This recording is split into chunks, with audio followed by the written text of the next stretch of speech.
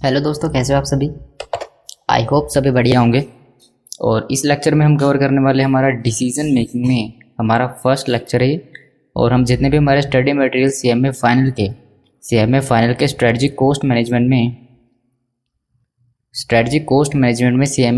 Study material में हमें जितने भी क्वेश्चन दिए हैं, हम उन सभी क्वेश्चन को कवर करने की कोशिश करेंगे।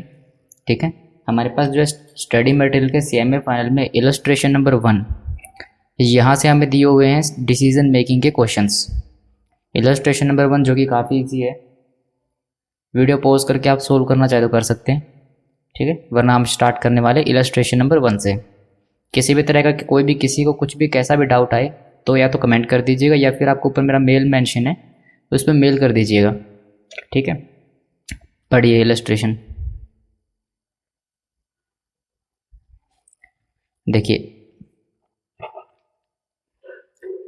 एसोलेटेड company limited manufacture and sale 4 type of product. Isolated company limited manufacture करती है और सेल करती है 4 तरह के products under the brand name. हमारे पास ब्रांड नेम है ABCD। The sales mix in value comprise, हमारी जो सेल्स मिक्स दी हुई है मतलब जो टोटल सेल है उसका 33 1/3% है सेल ए की, 41 2/3% जो सेल है वो होती है बी की, 16 2/3% जो सेल है वो होती है सी की, एंड 8 1/3% जो सेल होती है वो होती है डी की। ठीक है, of product ABCD respectively. The total budgeted sale 60,000 per month, जो बजटेड सेल टोटल है वो 60,000 पर मंथ है। ठीक है, ये हमारे पास टोटल सेल है और ये हमारा रेशो है कि हमारी जो सेल है वो प्रोडक्ट में किस रेशो में बटी हुई है। वेरिएबल कॉस्ट दिया प्रोडक्ट ए की 60% of selling price, product B की 68% of selling price, product C की दी हुई है 80% of selling price. Selling price का इतना परसेंट हमारी वेरिएबल कॉस्ट। प्रोडक्ट डी के लिए 40% of selling price. Fix cost दी है 14,700 रुपीज़ पर मंथ। कैलकुलेट करना है break even point product on overall basis. Important यहाँ पे क्या है, प्रोडक्ट वाइज आपसे नहीं मांगा कि प्रोडक्ट वाइज हमारा कितना ब्रेक इवन पॉइंट है, हमसे जो मांगा है वो मांगा है ओवरऑल बेसिस पे बताओ कि कितना हमारा ब्रेक इवन पॉइंट आएगा। Also calculate break even point if the sale mix is changed as follow. अब ब्रेक इवन पॉइंट कैलकुलेट करो अगर हम हमारी सेल्स मिक्स को इस तरीके से चेंज कर दें, मतलब सेल्स मिक्स को इन्होंने रिवाइज करके बताया। पहले तो सेल्स मिक्स ये थी, अब कह रहा है इसके बजाय अगर सेल्स मिक्स ये हो जाए तो आपको कैलकुलेट करना था ये change as follow the total sales mix per month remaining the same. Total sales मतलब जो हमारी सेल्स 60,000 पर मंथ है वो सेम रहेगी, बस ये रेशो बदल जाएगा। पहले ये रेशो था, अब ये रेशो हो जाएगा और आपको दोबारा से यहाँ पे क्या निकालना है, ब्रेक इवन पॉइंट। ठीक है, इसे हम सॉल्व करते हैं। इस क्वेश्चन में कुछ भी नहीं है, अगर आप करना चाहें इसे सॉल्व तो कर सकते हैं वीडियो पॉज करके। देखिए illustration number 1, illustration number 1, illustration number 1 का हमारे पास आएगा point number A. Point number A में हमें कैलकुलेट करना है। पहले हम करते हैं statement of profit. Statement of profit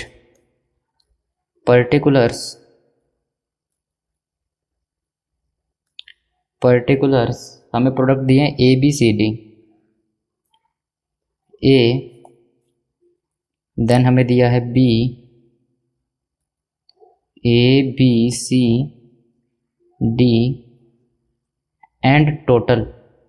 total का कॉलम हमें यहाँ बनाना कंपलसरी है, क्योंकि अगर हम टोटल का कॉलम नहीं बनाएंगे तो हम break even point overall basis पे नहीं निकाल पाएंगे। और हमें ब्रेक इवन पॉइंट निकालने हैं ओवरऑल बेसिस पर। ओवरऑल बेसिस मतलब सभी को मिला के, तो हमें एक टोटल का कॉलम जो है वो यहाँ पे ऐड ऑन करना पड़ेगा। तो हम यहाँ पे लिखेंगे सेल्स इन परसेंटेज, कितनी परसेंट सेल किसकी है। अब आपको पता है कैसे सोल्व करते हैं इसको। देखो 33 1/3% मतलब होता है 33.33%। कैसे करते हैं इसको सोल्व, जैसे कि ये 33 है, ये 3 जो है ये से मल्टीप्लाई होगा, उसमें +1 होगा, फिर डिवाइड बाय 3 होगा। कैसे देखो, एग्जाम्पल हमें दिया है 33 1/3% की सेल। तो पहले क्या करते हैं, हम इसको इससे मल्टीप्लाई करेंगे। ठीक है, ये हो जाएगा 99, इसमें प्लस करेंगे 100 डिवाइड बाय 3 करेंगे तो ये आएगा 33.33%। ठीक है, तो हमारे पास लिखता हूँ कि मैं ए में जो है हमारे पास वो है 33.33% की सेल। देन बी में हमें दिया 41 2/3, तो अगर मैं इसे सोल्व करूँ तो ये आएगा 41 2/3, तो हो जाएगा 41 इंटू 3 123 प्लस 2। ठीक है, ये इससे मल्टीप्लाई हो जाता है और उसमें ये एडिशन हो जाता है, फिर पहले मल्टीप्लाई जो वैल्यू आएगी उसमें एडिशन हो जाएगी ऊपर वाली वैल्यू, तो प्लस 2 डिवाइड बाय 3 वैल्यू आएगी 41.66%। तो मैं इसे कह देता हूँ 41.67%। ठीक है, अब सी के लिए कितनी है, सी के लिए दिया 16 2/3%, ये आएगा हमारे पास 16.67%। देन डी के लिए हमें दी है 8 1/3%, तो ये आएगा 8.333%, तो ये आएगा 8.33% एंड टोटल सेल 100%। अब हम निकालते हैं सेल्स इन वैल्यू। टोटल सेल हमें दी है 60,000 की, और क्वेश्चन हमें जो है मंथली वाइज सॉल्व करना है, क्योंकि देखो हमें सेल दी है मंथली वाइज और हमें फिक्स कॉस्ट भी मंथ की दी हुई है, पर मंथ और पर मंथ। तो इस क्वेश्चन को मंथली बेस पे सॉल्व कर लेते हैं, क्योंकि सारी इन्फॉर्मेशन मंथली बेस पे दी है। अगर ये फिक्स कॉस्ट ईयरली बेस पे होता और ये मंथली, तो हम इसे पूरे को जो है इसको ईयरली बेस पे कैलकुलेट कर लेते हैं। फिर अभी सब कुछ इन्फॉर्मेशन मंथली बेस पे है, तो हम मंथली बेस पे से कैलकुलेट करते हैं। तो 60,000 पे 33.333% हम निकालेंगे, तो ये आएगा 10,000, ये आएगा 10,000। देन 60,000 पे 41.6666% अगर हम कैलकुलेट करेंगे तो वैल्यू आती है 25,000। देन 60,000 पे 16.666% अगर हम कैलकुलेट करें वैल्यू आएगी 10,000।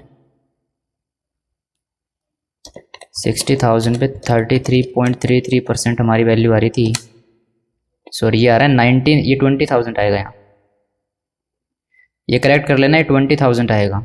ठीक है, एंड ये आएगा 60,000 इंटू 16.666%, ये आएगा 10,000। देन 60,000 का 8.333% वैल्यू आएगी हमारे पास 5,000। अब ये टोटल बनता है 60,000, 20 40 45 50 60, यस। अब हम लेस करेंगे यहाँ से variable cost, less variable cost. Question में कितनी वेरिएबल कॉस्ट दी है, क्वेश्चन कह रहा है कि आपका प्रोडक्ट ए की सेलिंग प्राइस का 60% वेरिएबल कॉस्ट है, प्रोडक्ट बी में 68%, प्रोडक्ट सी में 80%, प्रोडक्ट डी में 40%। तो 20,000 का 60% ये आएगा 12,000। देन हमारे पास दिया है 25,000 का 68%, यस 68%, ये आएगा 17,000। देन हमें दिया है 10,000 का 80%, तो ये हमारे पास आएगा 8,000 एंड प्रोडक्ट डी के लिए हमें दिया है 40%, तो ये आएगा 2,000। टोटल कितना हो जाएगा ये 10, ये हो जाएगा 10 प्लस 17 27 प्लस 12 39, ये हो जाएगा 39,000। देन हमारे पास आएगा कंट्रीब्यूशन, हमारे पास कितना कंट्रीब्यूशन आएगा देखिए, ये आएगा 8,000 का, ये आएगा 25 17 का 8,000, ये कंट्रीब्यूशन आएगा 2,000, ये 3,000 एंड ओवरऑल कितना आएगा आपके पास 140, तो 21,000। 60 माइनस 39 करेंगे तो 21,000। यहाँ से लेस करेंगे हम, लेस करेंगे फिक्स्ड कॉस्ट। क्वेश्चन में फिक्स कॉस्ट हमें दी हुई है 14,700 रुपीज़ पर मंथ की, तो 14,700 की हम टोटल में से माइनस करेंगे। ठीक है, अलग अलग करके नहीं दी हुई, हमें टोटल में दी हुई है, तो प्रॉफिट आ जाएगा हमारे पास 21,000 माइनस 14,700, प्रॉफिट आएगा 6,300। अब कहा था इसने ओवरऑल ब्रेक इवन पॉइंट निकाल दो, तो उससे पहले मुझे निकालना पड़ेगा ओवरऑल पीवी रेशो। तो ओवरऑल पीवी रेशो। इसका फॉर्मूला क्या होता है हमारे पास, ओवरऑल कंट्रीब्यूशन है हमारे पास 21,000, ओवरऑल कंट्रीब्यूशन है 21,000 डिवाइड बाय सेल्स कितनी 60,000 मल्टीप्लाई बाय 100, 21,000 डिवाइड बाय 60,000। मैं मान के चलता हूँ इतना तो कंसेप्ट आपको बेसिक पता है, आप क्योंकि आप इंटरमीडिएट पढ़ के आए हैं। पीवी रेशो कैसे निकलेगा, ठीक है, कंट्रीब्यूशन डिवाइड बाय सेल्स, हमारे पास ये आता है 35%। देन हमारे पास आएगा overall break even point, overall break even point. इसका फॉर्मूला क्या होता है हमारे पास, fixed cost divide by PV ratio. तो फिक्स कॉस्ट कितने क्वेश्चन में 14,700, पीवी रेशो था 35%, तो डिवाइड बाय 35%, वैल्यू आएगी 42,000 की। ये हमारा हो गया part number A. Part number B, calculate करेंगे ब्रेक इवन पॉइंट अगर हमारी सेल्स मिक्स चेंज हो जाए। टोटल सेल्स हमारी सेम रहेगी पर सेल्स परसेंटेज में जो है वो चेंज हो जाएगी, तो ये तो कुछ भी नहीं है, ये भी अब सेम ही है। पार्ट नंबर बी, ऐसे क्वेश्चन सी में फाइनल में आने के तो बिल्कुल चांस नहीं है, इंटर में क्या पता आ जाए पर फाइनल में नहीं आ सकते। Statement of profit,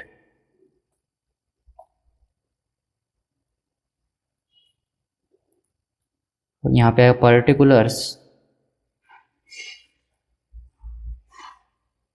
particulars A B C D and total, ठीक है।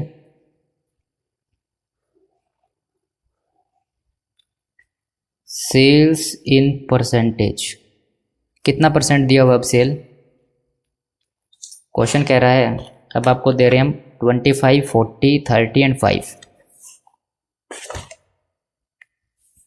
हमारे पास आएगा 25%,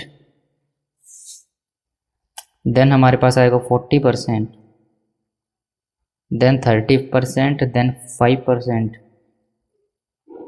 टोटल सेल्स 100%। तो सेल्स इन वैल्यू कितनी आएगी अब ये, सेल्स इन वैल्यू, क्वेश्चन ने कहा टोटल सेल तो 60,000 की ही रहने वाली है, तो 60,000 का 25% वैल्यू आती है 15,000, 60,000 का 40% 24,000, ये आएगा 18,000 एंड ये कितना 3,000, 60,000 का 5% 3,000, ठीक है। वेरिएबल कॉस्ट हमारी सेम रहने वाली परसेंटेज में, लेस वेरिएबल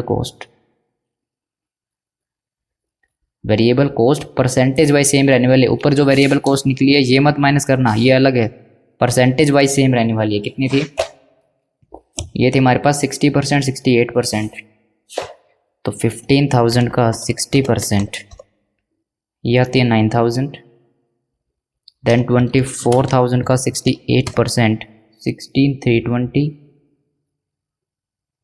देन सी के केस में हमारे पास कितनी वेरिएबल कॉस्ट थी 80% एंड 40%, 18,000 का 80%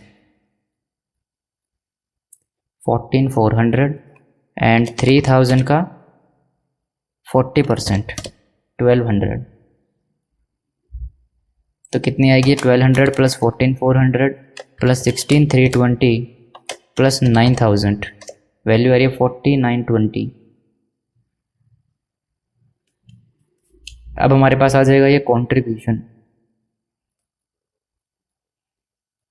एंड ये कंट्रीब्यूशन कौन सा है, ओवरऑल का कंट्रीब्यूशन, ओवरऑल मतलब टोटल में। अब हम निकालेंगे 15,000 माइनस 9,000 तो वैल्यू आएगी 6,000, 24,000 माइनस 16,320 वैल्यू आती है 7,680, 18,000 माइनस 14,400 वैल्यू आएगी 3,600, 3,000 में से माइनस करेंगे 1,200 तो वैल्यू आएगी 1,800। अब इनका टोटल हमारे पास आ जाएगा 60,000 माइनस 49,20 ये आएगा 19,080। then we will deduct our fixed cost which will remain same 14,700। तो हमारे पास प्रॉफिट आ जाएगा अब 19,080 माइनस 14,700, प्रॉफिट आएगा 4380। अब आपको कैलकुलेट क्या करना था कि आपको कैलकुलेट करना था यहाँ से ब्रेक इवन पॉइंट। तो हम पहले यहाँ निकालते हैं revise PV, revised PV ratio. इसका फॉर्मूला होगा हमारे पास contribution divide by sales. Contribution कितना आया है 19,080 और sale 60,000। 90,080 divide by 60,000 multiply by 100। 19,080 divide by 60,000 multiply 100, 31.8%। अब हमें निकालना है overall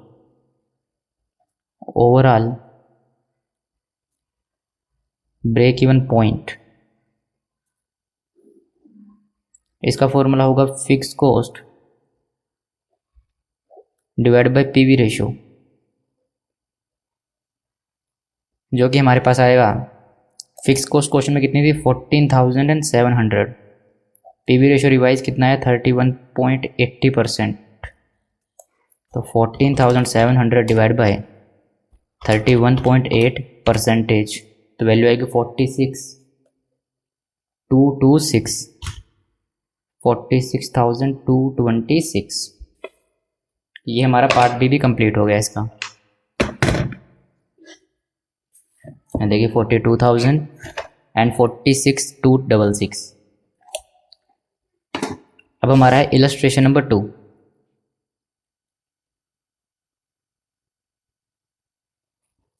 a company currently operating eight 80% capacity. Company जो है अभी करंटली 80% कैपेसिटी पे चल रही है। उसके फॉलोइंग प्रॉफिटेबिलिटी पर्टिकुलर्स ये हैं। सेल्स होती है 1280 की, डायरेक्ट मटेरियल इतना, labour, variable overhead, fixed overhead, और प्रॉफिट होता है 120 का। ठीक है,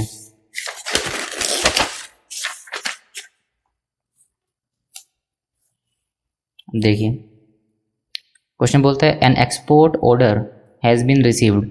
एक एक्सपोर्ट ऑर्डर रिसीव हुआ है that would utilise half the capacity of the factory. मतलब अभी हमारी फैक्ट्री 80% कैपेसिटी पे चल रही है, हमें एक ऑर्डर रिसीव हुआ है जो कि हमारी कैपेसिटी 50% तक यूटिलाइज कर देगा वो।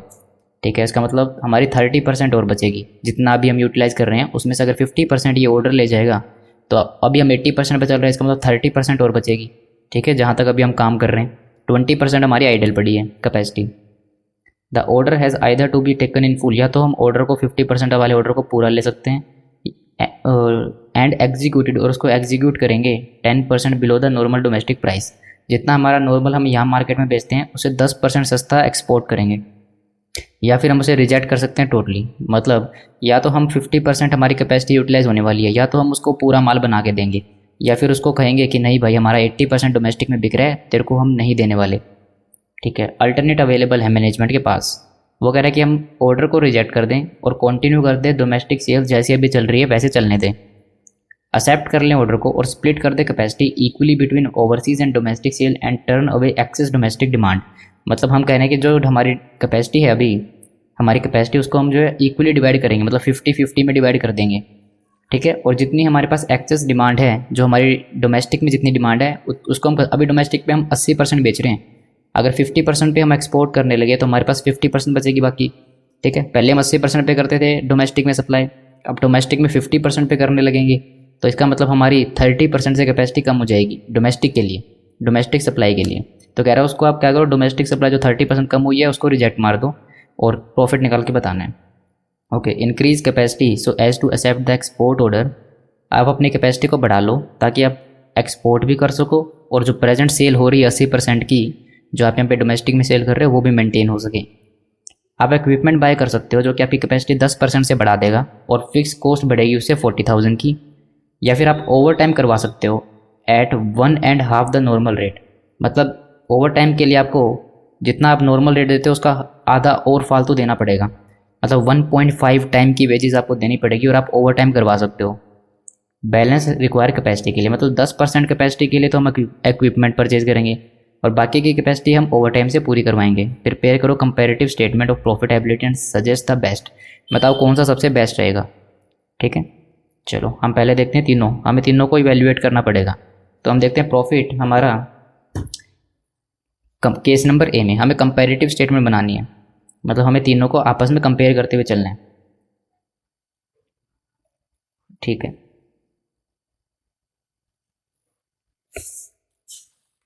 Illustration number 2। देखिए मेरे पास यहाँ पे इतनी स्पेस अवेलेबल नहीं है कि मैं तीनों को एक साथ यहाँ पे कंपैरेटिव स्टेटमेंट बना सकूँ। तो मैं कैलकुलेट करूँगा पहले प्रपोजल नंबर ए में कितना प्रॉफिट है, बी में कितना है, सी में कितना है, फिर हम कंपेयर करेंगे तीनों को।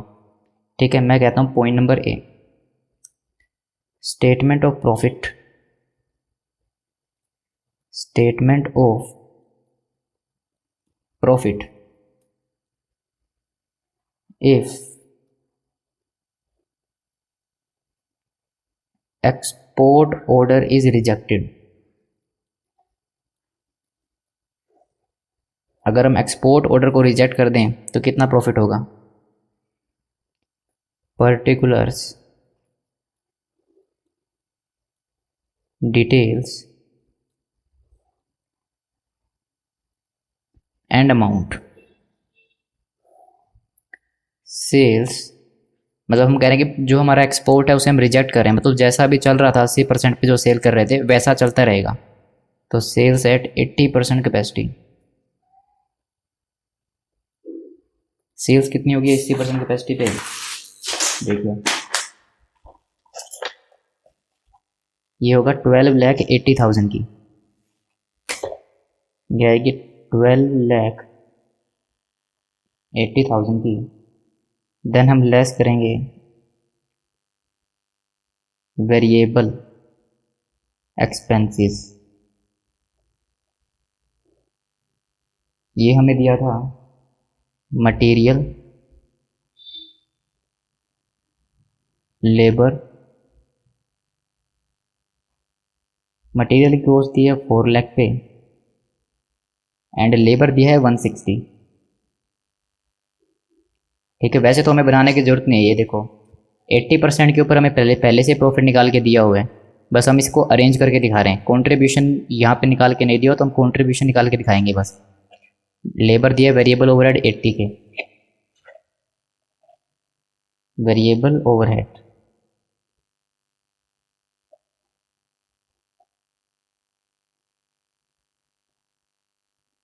ओवरहेड आएंगे 80,000 के, और हमें वेरिएबल एक्सपेंस कुछ दिया नहीं तो यही आ जाएगा हमारा वेरिएबल एक्सपेंस। कितना आएगा ये 560 प्लस 80, ये आएगा 640। तो हम 1280 में से माइनस करेंगे 640 को, तो ये आएगा हमारे पास 640 का कंट्रीब्यूशन।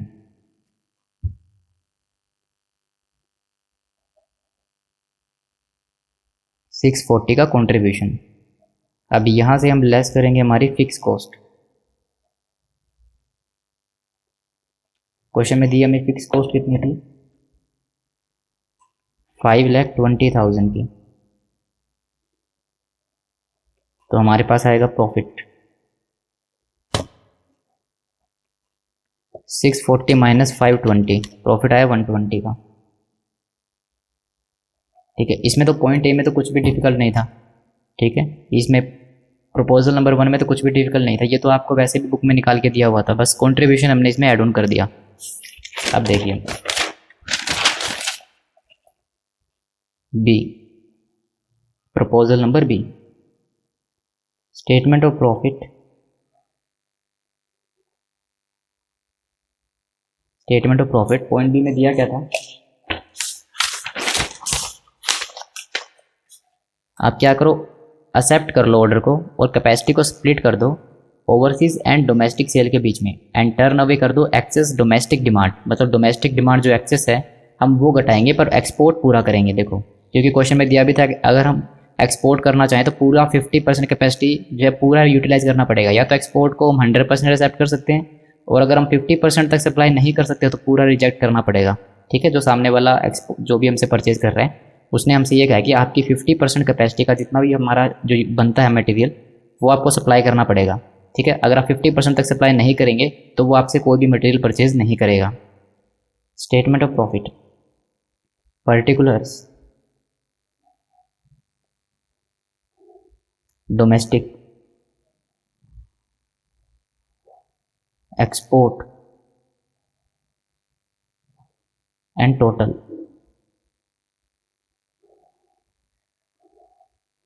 सेल्स, इसके लिए हम वर्किंग्स बना लेते हैं पॉइंट बी के लिए। ठीक है, पॉइंट बी के लिए वर्किंग्स बना रहे हैं हम यहाँ। वर्किंग्स देखिए, अब 50% कैपेसिटी हम यहाँ लगाएंगे, 50% कैपेसिटी हम यहाँ लगाएंगे, टोटल 100% कैपेसिटी। अभी हम 80% कैपेसिटी पे चल रहे हैं, पर क्वेश्चन ने कहा था कि अब हम एक काम करते हैं, कैपेसिटी 100% यूटिलाइज करेंगे अब, पर दोनों में इक्वली डिवाइड कर देंगे कि इंडिया में भी इतना सेल करेंगे और एक्सपोर्ट बाहर ओवरसीज़ में भी इतना सप्लाई करेंगे। तो अब देखिए, क्वेश्चन ने ये भी कहा था हमें कि जब हम ओवरसीज़ में सप्लाई करेंगे, जब ऑर्डर को हम एग्जीक्यूट करेंगे, एक्सपोर्ट करेंगे, तो डोमेस्टिक प्राइस से 10% कम पे सेल करेंगे। तो मुझे पहले निकालनी पड़ेगी। और जो मुझे क्वेश्चन में सेल्स दी हुई थी पीछे, देखिए जो हमें ये सेल्स दी हुई थी 1280 की, ये 80% कैपेसिटी पे है, ये 80% कैपेसिटी पे थी 1280 की। तो मैं कहता हूँ calculation of sales at 100% capacity. Sales निकालनी पड़ेगी 100% कैपेसिटी पे।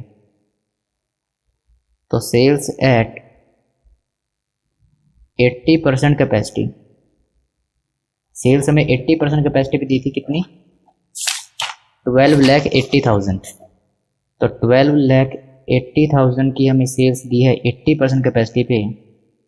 तो मैं निकाल सकता हूँ सेल्स एट 100% कैपेसिटी। 100% कैपेसिटी की कैसे आएगी, 12,80,000 डिवाइड बाई 80% के लिए, तो डिवाइड बाई 80%, तो 100% के लिए निकल आएगी। ठीक है, इनटू में 100%।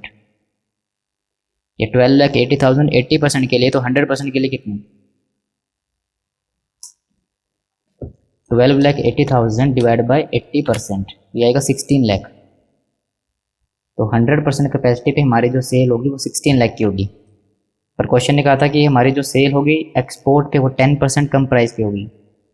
तो मैं कह सकता हूँ सेल्स एट डोमेस्टिक, डोमेस्टिक पे कितनी सेल होगी, 16 लाख का 50%, जो कि वैल्यू आएगी 8 lakh. And sales at export, export की कितनी सेल होगी, 16 लाख का 50%। ठीक है, आधी आधी हमने हाफ ऑफ कैपेसिटी डिवाइड किया है, तो 8 लाख की सेल यहाँ, 8 लाख की सेल प्लस क्वेश्चन में कहा था कि इसमें से हम 10% प्राइस कम करेंगे, तो इसका मतलब ये 90% हो जाएगा। ये हो जाएगा 90%, क्योंकि हम एक्सपोर्ट को 10% कम पे सप्लाई करेंगे, तो मतलब 90% पे सप्लाई करेंगे। तो कितना हुआ, 16 लाख का 50% 8 लाख, और इसमें से माइनस करेंगे 10% कि 10% सस्ता देंगे, या फिर आप कह सकते हो कि 8 लाख का 90% भी निकालेंगे तो भी सेम आंसर आएगा, 720। ठीक है, अब देखिए सेल्स डोमेस्टिक में आई 8 लाख की, एक्सपोर्ट का प्राइस है 720, तो ये आएगा आपको बस 15,20,000 टोटल सेल। ठीक है, यहां से हम लेस करेंगे वेरिएबल कॉस्ट। वेरिएबल कॉस्ट तो 10% से कम नहीं होने वाली, क्वेश्चन ने कहा सेल्स 10% से कम होगी, तो वेरिएबल कॉस्ट तो उतनी लगती है जितनी लगेगी। देखो वेरिएबल कॉस्ट कितनी लगती थी हमारी, 6,40,000 लगती है हमारी जब हम 80% पे सप्लाई करते हैं, तो 100% पे कितनी लगेगी, तो हमारी वेरिएबल कॉस्ट आएगी 6,40,000 डिवाइड बाय 80%, तो टोटल आएगी 8 लाख। 8 लाख। आई होप सभी को समझ में आया कैसे किया ये। ये हाफ हाफ हो जाएगी दोनों में, क्योंकि 50-50% कैपेसिटी यूटिलाइज हो रही है दोनों में। ठीक है, ये तो 10% से माइनस नहीं होने वाली। क्वेश्चन ने कहा कि सेल्स 10% कम पे करेंगे, पर वेरिएबल कॉस्ट तो उतनी लगेगी जितनी लग रही है। ये आपका आएगा कंट्रीब्यूशन। कंट्रीब्यूशन कितना आएगा 8 लाख का, ये आ जाएगा आपका 4 लाख। ये आपका आ जाएगा 3,80,000। कितना आएगा आपका 720 माइनस 4 लाख 320, ये हो जाएगा आपका 7,20,000। ठीक है, अब यहाँ से लेस करेंगे फिक्स कॉस्ट, यहाँ से लेस किया फिक्स कॉस्ट। ठीक है, ये वेरिएबल कॉस्ट मैंने टोटल में ले ली, material, labour and variable overhead तीनों इसमें ऐड हैं। फिक्स कॉस्ट हमारे पास कितनी थी, क्वेश्चन में दिया हमारे पास फिक्स कॉस्ट है 520 की, तो फिक्स कॉस्ट आएगी 520। तो हमारे पास आ जाएगा अब ये प्रॉफिट, कितना आएगा 2 लाख का प्रॉफिट, 2 लाख रुपीज़। क्या हमें सप्लाई करने में फ़ायदा है, सप्लाई करने में फ़ायदा है, क्योंकि पहले हम डोमेस्टिक पे सेल कर रहे थे तो 120 का प्रॉफिट था, पर अगर हम एक्सपोर्ट कर दें 50-50% कैपेसिटी डिवाइड कर दे दोनों में, तो 2 लाख का प्रॉफिट आ रहे हैं। तो यहाँ से तो मुझे लग रहा है कि एक्सपोर्ट करना चाहिए। अब देखते हैं पॉइंट नंबर सी, उसमें कितना प्रॉफिट आएगा अगर हम हमारी कैपेसिटी को इंक्रीज़ कर दें। Point number C, calculation of profit.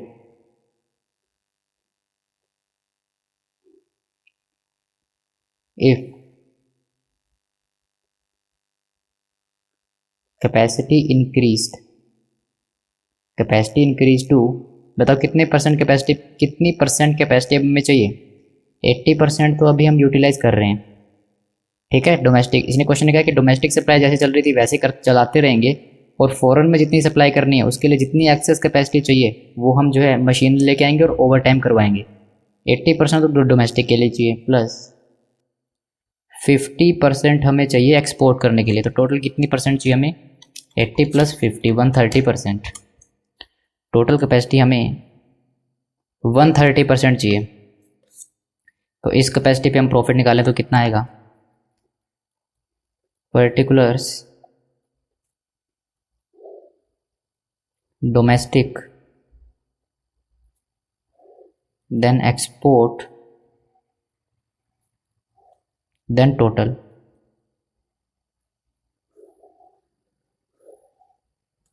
ये हमारे पास आएगी सेल्स, इसके लिए भी वर्किंग्स बनाएंगे।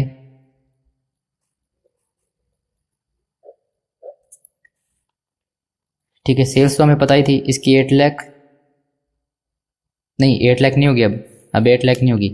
इसके लिए 80% कैपेसिटी चल रही है डोमेस्टिक पे, तो 1280 जो सेल थी पहले 1280 की, ये सेल आएगी 12,80,000 की, क्योंकि जो हमारी पहले वाली कैपेसिटी थी डोमेस्टिक पे उसको मेंटेन करके चलेंगे। इसका मतलब पहले 80% चला रहे थे, तो 80% पे जो प्राइस था वो मिलेगा, और एक्सपोर्ट को 50% देना है, और एक्सपोर्ट को जब हम 50% देंगे तो हमारे पास जो सेलिंग प्राइस आया था वो 720 लास्ट वर्किंग में हमने देखा था, जब 50% के ऊपर इसका सेल 720। वैसे तो 8 लाख है, पर 10% डिस्काउंट देंगे उनको, तो 720 तो आएगा 1280 + 720, 20 लाख की सेल। यहाँ से हम लेस करेंगे वेरिएबल कॉस्ट, यहाँ पे तो जो लग रही थी वही लगेगी।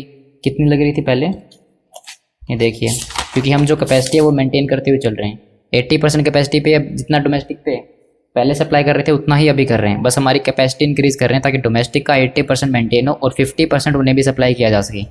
तो कितनी थी अभी 640, तो ये 640 लगती रहेगी, 640।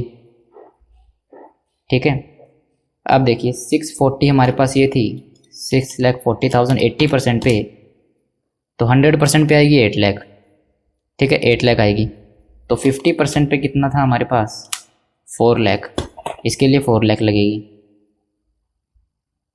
सभी को समझ में आया ना कैसे किया है। अगर यहाँ नहीं दिख रहा तो 50% कैपेसिटी पे कॉस्ट 4 लाख लगने वाली है, देखो यहाँ भी निकाला था। 50% पे इसको तो 50% पूरा देने वाले हैं अब हम, इस पे 4 लाख लगने वाली है, और ये 80% का 80% रहेगा जैसे फिलहाल अभी चल रहा था। तो जो कॉस्ट अभी के लिए थी वो तो डोमेस्टिक पे ये आ जाएगी, देखो ये वाली 640 की, और हम इसको 50% तक मेंटेन करके रखेंगे तो जो वाली कॉस्ट है ये वाली आ जाएगी।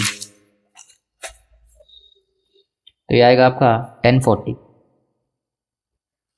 स्टिल किसी को कोई डाउट है तो मेल कर सकता है। और यहाँ से एक चीज़ और लेस करनी पड़ेगी हमें,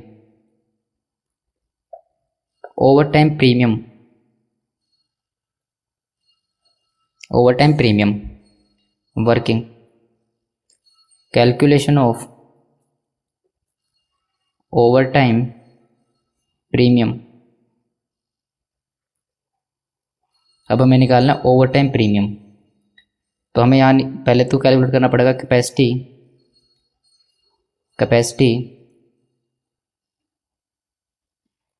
wait a second, capacity increased with increase in over time. Over time increase होने की वजह से कितनी कैपेसिटी इंक्रीज हुई? देखिए टोटल 130% कैपेसिटी हमें चाहिए, 100% कैपेसिटी हमारी है, तो टोटल 30% कैपेसिटी हमने बढ़ाई है। उसमें से क्वेश्चन ने कहा था कि 10% कैपेसिटी हम हमारी मशीन से बढ़ा लेंगे, तो 10% कैपेसिटी इसमें से मशीन की वजह से बढ़ेगी, और बैलेंस 20% कैपेसिटी हम हमारे ओवर टाइम से बढ़ाएंगे।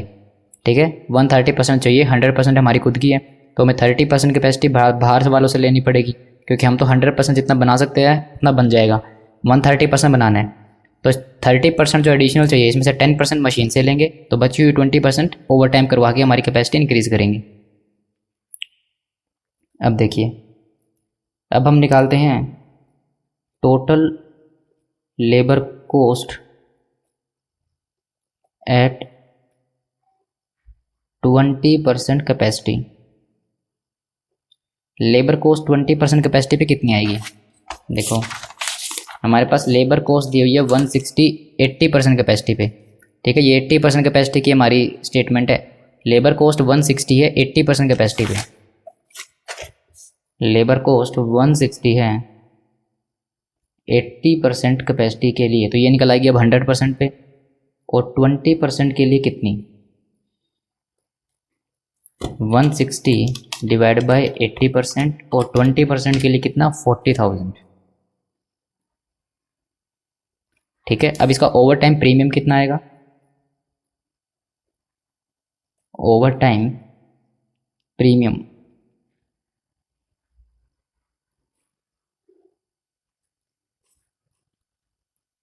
देखिए क्वेश्चन कह रहा था कि हम जो ओवर टाइम करवाएंगे और उन्हें 1.5 द नॉर्मल रेट, मतलब 1.5 टाइम उन्हें पे करेंगे। अब एक बात बताओ मेरे को, जब मैंने अपनी कैपेसिटी बढ़ा दी, 1 टाइम तो इस वेरिएबल कॉस्ट में इंक्लूड होगी वो लेबर कॉस्ट, समझ में आता है? 1 टाइम तो इसमें इंक्लूड होगी। ये चल रहा है 80% पे, ये चल रहा है 50% पे, टोटल 130% पे। ये कैलकुलेट की हुई है कॉस्ट मैंने 130% के लिए टोटल, तो इसके अंदर जो नॉर्मल लेबर की कॉस्ट है वो तो इसके अंदर इंक्लूड होगी। और क्वेश्चन कह रहा था कि हम उन्हें 0.5 टाइम एक्स्ट्रा देंगे। क्वेश्चन कह रहा है, देखो क्वेश्चन कह रहा है कि हम उन्हें 1.5 टाइम्स देंगे, 1.5 टाइम्स देंगे। इसमें से 1 टाइम तो नॉर्मल है जो यहाँ पे इंक्लूड है इनमें। ठीक है, ये 80%, ये 50%, टोटल 130%। 130% की कॉस्ट ये है, और वो कह रहा था कि 20% जो हमारी एक्सेस है, जो हम ओवर टाइम से निकलवाएंगे, उसके लिए 1.5 टाइम देंगे। तो 1 टाइम तो इसके अंदर इंक्लूड है वो, तो मुझे कितना चाहिए? 0.5 टाइम्स, ये ओवर टाइम है, OT 0.5 टाइम ओवर टाइम है।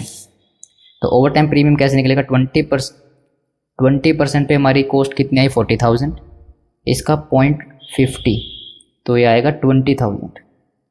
ओवर टाइम प्रीमियम है 20,000 का, ये हम टोटल में लिखते हैं। ठीक है, और यहाँ मेंशन करना चाहो तो कि भाई एक्सपोर्ट करने की वजह से हमें हमारी कैपेसिटी इंक्रीज़ करनी पड़ी, एक्सपोर्ट करने की वजह से हमें ओवर टाइम प्रीमियम देना पड़ा। ठीक है, वरना डोमेस्टिक तो हमारा 80% पे ये चल ही रहा था, एक्सपोर्ट करने की वजह से हमें 20,000 का ओवर टाइम करवाना पड़ा। तो ये हमारा आएगा कंट्रीब्यूशन, कितना आएगा? अब ये 1280 माइनस करेंगे 640, ये आएगा 640,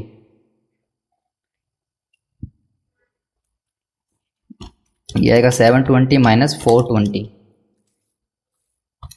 ये आएगा 3 लाख। अब ये हो जाएगा 940। ठीक है, किसी को कोई डाउट नहीं होना चाहिए इसमें। लेस करेंगे फिक्स्ड कॉस्ट। मैं थोड़ा सा फास्ट इसलिए चल रहा हूँ क्योंकि मैं ये मान के चलता हूँ कि इंटरमीडिएट में आपने ये सब पढ़ा हुआ है। ठीक है, कुछ भी ऐसा खास नया नहीं बताया, सिर्फ हमें थोड़ा सा एनालिसिस करना था इसमें। फिक्स कॉस्ट हमारे पास दी थी क्वेश्चन में 520, फिक्स कॉस्ट है 520, तो हमारे पास प्रॉफिट कितना आएगा? प्रॉफिट आएगा 940 माइनस 520, प्रॉफिट आएगा 420। ओ सॉरी, हम इसमें एक चीज़ ऐड करना भूल गए, एक चीज़ इसमें हमने ऐड ही नहीं की। इसने कहा था कि हमारा इक्विपमेंट बाय करेंगे जो कैपेसिटी 10% से इंक्रीज़ करेगा और फिक्स कॉस्ट जो है 40,000 से बढ़ा देगा। ठीक है, फिक्स कॉस्ट अभी हो जाएगी 560,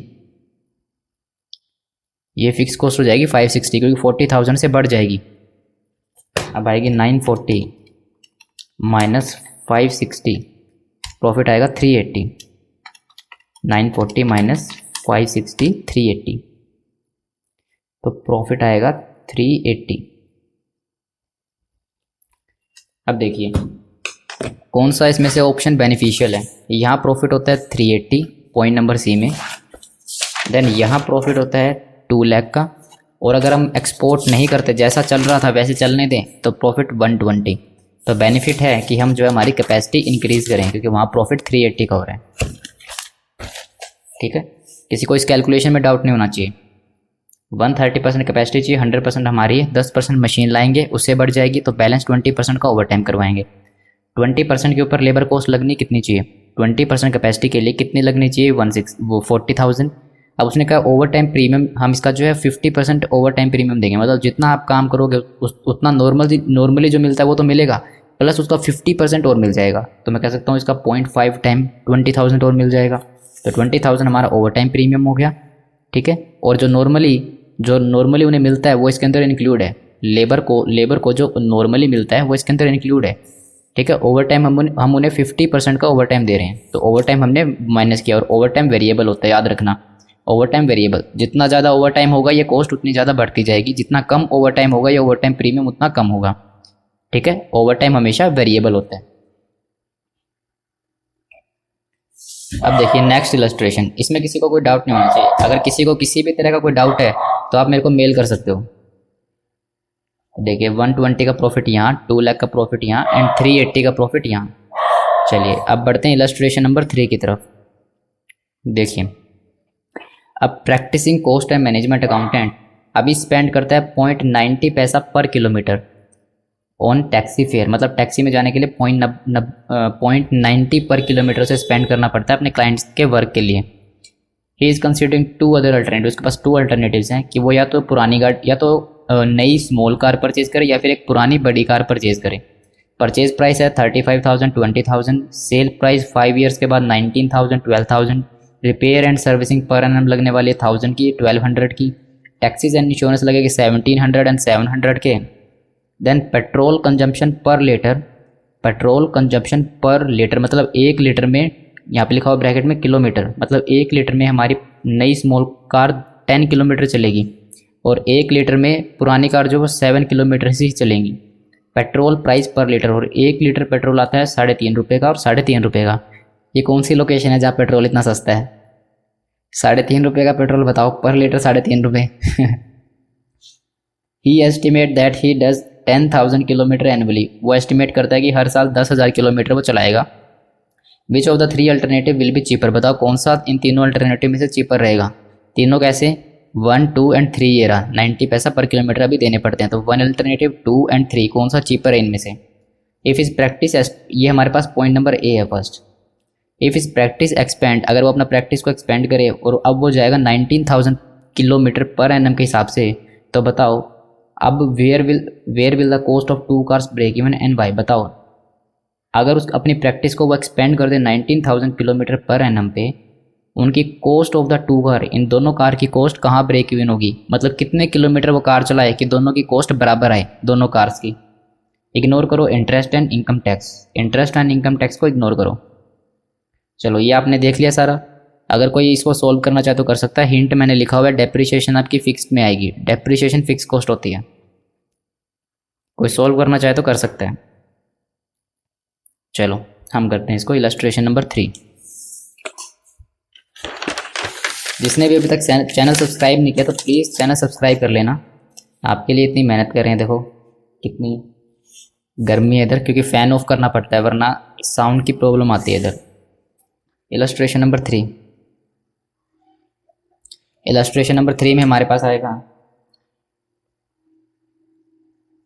calculation of, point number 1, calculation of cost per kilometre, cost per kilometre of old big car, अगर हम पुरानी बड़ी गाड़ी लें, एंड न्यू स्मॉल कार, और अगर हम नई छोटी गाड़ी लें तो कितनी कॉस्ट पर किलोमीटर आएगी।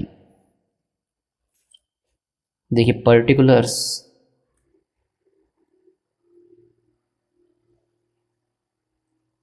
New small car and old big car,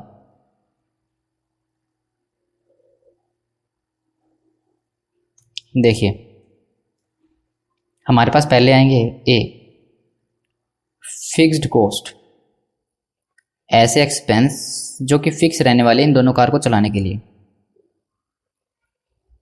question में हमें दिया हुआ है, पहले क्वेश्चन कहता है कि परचेज प्राइस इतना है, सेल प्राइस 5 ईयर्स के बाद इतना होगा, ये सैलवेज वैल्यू, इसका मतलब यहाँ से डेप्रिसिएशन निकल जाएगा। 35,000 परचेज प्राइस, उसमें से 19,000 माइनस करूंगा जो सैलवेज वैल्यू, SLM मेथड लगेगा यहाँ, स्ट्रेट लाइन मेथड, डिवाइड कर दूंगा 5 से। देखिए कॉस्ट आएगी मशीन की, सॉरी कार की 35,000, 19,000 की उसकी सैलवेज वैल्यू है, और डिवाइड बाय 5 ईयर्स चलेगी। पर ईयर की कॉस्ट है 3,200 रुपीज़ का डेप्रिसिएशन, डेप्रिसिएशन 3,200 का। और बिग कार के केस में है, बिग कार के केस में 20,000 की परचेज प्राइस, 12,000 की salvage value, and same 5 years, 12 divide by 5 years तो 1,600। देन हमें दी हुई है ऐसी कॉस्ट जो कि फिक्स है, वो हमें दी हुई है second, repair and servicing per annum, repair and servicing per annum cost जो है फिक्स है 1,000 रुपीज़ एंड 1,200 रुपीज़। तो यहाँ लिखते हैं repairs, repair and servicing, repair and servicing case में 1,000 एंड 1,200। देन हमें दिए हैं थर्ड पे taxes and insurance, taxes and insurance, ये ऐसे एक्सपेंस है जो कि फिक्स हैं, इनको किलोमीटर से कोई फ़र्क नहीं पड़ता, कार कितनी चलेगी नहीं चलेगी ये लगेंगे, ये फिक्स है। ठीक है, ये देखो taxes and insurance 1,700 and 700, 1,700 and 700। और हमें कुछ दिया नहीं, पेट्रोल दिया है, पेट्रोल वेरिएबल है, जितनी आप कार चलाओगे उतना पेट्रोल लगेगा। तो ये आएगी total fixed cost, total fix cost, total fix cost कितनी आएगी 3,200 प्लस 1,000 प्लस 1,700, ये आएगी 5,900, एंड यहाँ आएगी 1,600, 1,200 एंड 700, 3,500। अब हम इसे डिवाइड करेंगे नंबर ऑफ किलोमीटर से, नंबर ऑफ किलोमीटर्स, कितने किलोमीटर चलेगी। क्वेश्चन कह रहा था 10,000 किलोमीटर हर साल चलेगी, वो एस्टिमेट करता है कि वो 10,000 किलोमीटर एनुअली जो है ट्रैवल करेगा। और मैं कह सकता हूँ 10,000 किलोमीटर्स, और 19,000 किलोमीटर्स क्या दिया हुआ वो बाद की बात है, वो पार्ट 2 है, अभी पार्ट ए सोल्व कर रहे हैं हम। तो ये आएगा cost per kilometre 5,900 divide by 10,000, ये आएगा 0.59, एंड ये आएगा 3,500 डिवाइड बाई 10,000 0.35। अब देखिए इसको मैं लिखता हूँ cost per kilometre a fix cost के लिए, देन बी ठीक है, ये फिक्स कॉस्ट है per kilometre. B variable cost, variable cost, और ये हमेशा पर किलोमीटर निकलती हैं। यहाँ तो हम पहले क्या निकालते थे, टोटल अमाउंट कितना लगेगा, फिर पर किलोमीटर निकालते थे। ठीक है, ये रूल है, आपको ऐसे ही करना पड़ेगा। पहले टोटल अमाउंट लिखेंगे, फिर पर किलोमीटर निकालेंगे फिक्स के लिए, लेकिन वेरिएबल के लिए टोटल अमाउंट नहीं लिखेंगे, सीधा पर किलोमीटर निकालेंगे। जैसे ये निकाला 0.59, 0.30, यहाँ पे सीधा पर किलोमीटर आएगा। कैसे आएगा देखो, हमें निकालना है petrol, petrol cost per kilometre. हमें निकालना है पेट्रोल की कॉस्ट कितनी होगी पर किलोमीटर। देखो क्वेश्चन कहता है कि 1 लीटर में हमारी 10 किलोमीटर जो है वो कार चलेगी, न्यू स्मॉल कार। ये कह रहा है कि पेट्रोल कंजम्पशन पर लीटर, और ब्रैकेट में दिए किलोमीटर, मतलब पर लीटर में 10 किलोमीटर चलेगी, और 1 लीटर का प्राइस है 3.5 रुपये। तो 3.5 रुपये 1 लीटर का प्राइस है, 1 लीटर का प्राइस 3.5 रुपये है, और हमारी कार 1 लीटर में 10 किलोमीटर चल जाएगी। तो प्राइस निकालना हो तो कैसे निकलेगा, देखो 3.5 रुपये हैं पर लीटर, 3.5 रुपये कॉस्ट है पर लीटर, डिवाइड बाय 1 किलोमीटर, हमारी 1 लीटर में कार चलेगी 10 किलोमीटर, तो आएगा 0.35, मतलब 35 पैसा पर किलोमीटर की हमारी पेट्रोल की कॉस्ट है। 0.35। किसी को डाउट तो नहीं है ना इसमें, डाउट नहीं होना चाहिए बिल्कुल भी। देखो बिग कार के लिए देखो, हमारे पास 1 लीटर में कार चलेगी 7 किलोमीटर, और 1 लीटर की कॉस्ट है 3.5 रुपये। 1 लीटर की कॉस्ट 3.5 रुपये, और 3.5 रुपये में हमारी कार 7 किलोमीटर चलेगी, तो पर किलोमीटर कितना कॉस्ट हुआ, 3.5 रुपये लगाएंगे, 3.5 रुपये लगाएंगे तो हमारी कार चलेगी 7 किलोमीटर्स, पर किलोमीटर के लिए 50 पैसा, ये आएगा 50 पैसा। अब हमारे पास आएगी टोटल रनिंग कॉस्ट।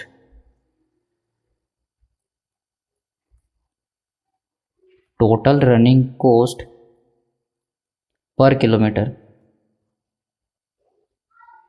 यह आएगा 0.59 प्लस 0.350, यह आएगा 0.94, उधर आएगा 0.35 प्लस 0.50, 0.85।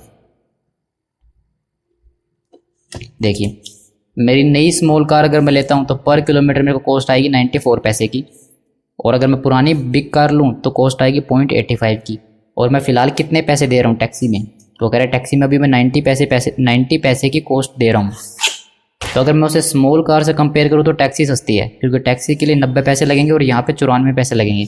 तो अगर मेरे को छोटी कार लेनी हो तो मैं छोटी कार नहीं लूँगा, क्योंकि छोटी कार लेने पे जो है मेरा इससे सस्ता तो मेरे को टैक्सी पड़ रही है। ठीक है, ठीक है। और अगर मैं बड़ी कार लूँ तो यहाँ पे 0.85 पैसे की कॉस्ट हमारी लग रही है, और अगर मैं टैक्सी में जाऊँ तो 90 पैसा, मतलब जो हमारी बड़ी कार है वो सस्ती पड़ेगी। प्रेजेंट सिचुएशन के कंपैरिजन में छोटी कार महंगी पड़ रही है, लेकिन बड़ी कार जो है पुरानी वो सस्ती पड़ रही है। तो हमारा डिसीजन क्या होगा, अगर हमारा जो एसएससी है, मतलब जो हमारा कॉस्ट एंड मैनेजमेंट अकाउंटिंग जो प्रैक्टिसिंग दिया हुआ क्वेश्चन में, अगर वो 10,000 किलोमीटर जो है उसकी जो है एनुअली जो है ट्रैवलिंग होने वाली है, तो हम कहेंगे आप एक बड़ी कार ले लो, पुरानी कार ले लो, जो कि आपकी जो आप ट्रैवलिंग कर रहे हो, मतलब जो आप अभी टैक्सी में जा रहे हो उससे सस्ती पड़ेगी। देखिए savings, if old big car is bought, अगर हम बड़ी कार को ख़रीद लें तो कितनी सेविंग होगी। अभी हमें टैक्सी में देने पड़ते हैं 90 पैसे, और अगर हम बड़ी कार खरीदें तो 0.85 पैसे की कॉस्ट आएगी, ये हमारी सेविंग है, एंड 10,000 किलोमीटर्स पे। तो कितनी हो जाएगी, 5.90 माइनस 0.85 इंटू 10,000, 500। तो हमारी 500 रुपये जो है हमारी, अगर मैं बड़ी कार खरीदता हूँ तो 500 रुपये सस्ती पड़ेगी। ठीक है, उसका खर्चा 500 रुपये सस्ता पड़ेगा। नेक्स्ट देखिए क्वेश्चन क्या कह रहा है,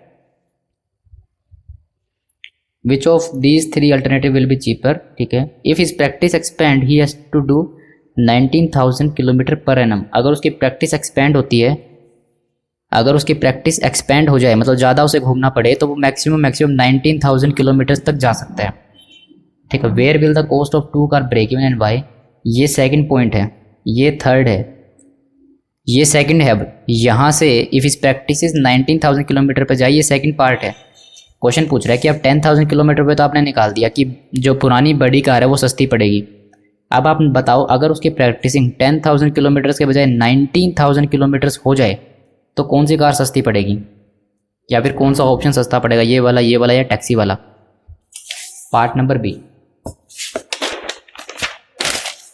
पार्ट नंबर बी, इफ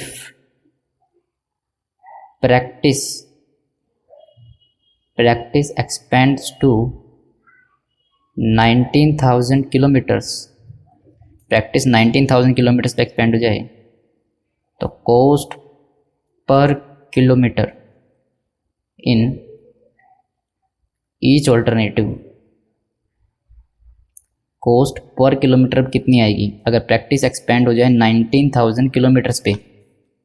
तो हम लिखते हैं यहाँ पर्टिकुलर्स, उसके बाद हमारे पास है न्यू स्मॉल कार, देन हमारे पास है ओल्ड बिग कार,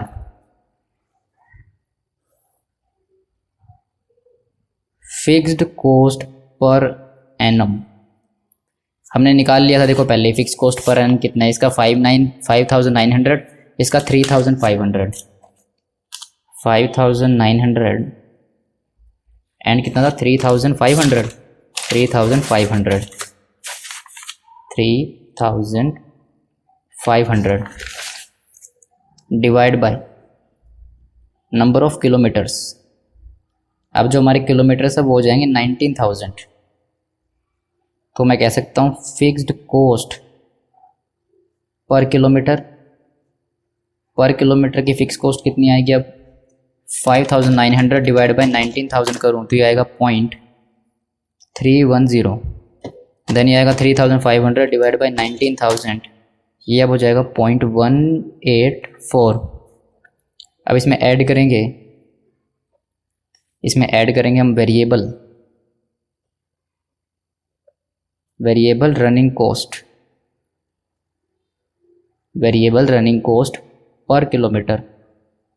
पर किलोमीटर के वेरिएबल रनिंग कॉस्ट कितनी आएगी? क्वेश्चन में हमने पिछले निकाला भी था, पेट्रोल की जो कॉस्ट थी वेरिएबल पर किलोमीटर कितनी आई थी, वो 0.350 एंड 0.50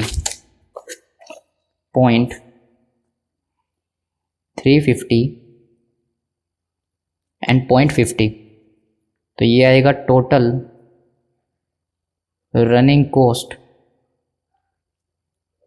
पर किलोमीटर फॉर 19,000 किलोमीटर्स। 19,000 किलोमीटर्स के लिए पर किलोमीटर कॉस्ट कितनी आएगी? 0.310 प्लस 0.350, ये आएगा 0.66, 0.184 प्लस 0.5, 0.684। अब बताओ, और टैक्सी में जाने का कॉस्ट जो है 0.90 पैसा है। अब हमारे पास न्यू स्मॉल कार जो है वो चीपर पड़ेगी, ठीक है, सेविंग्स। अगर 19,000 किलोमीटर जाना है तो नई स्मॉल कार लो, और अगर आपको 10,000 किलोमीटर चलना है तो पुरानी कार लो, ठीक है।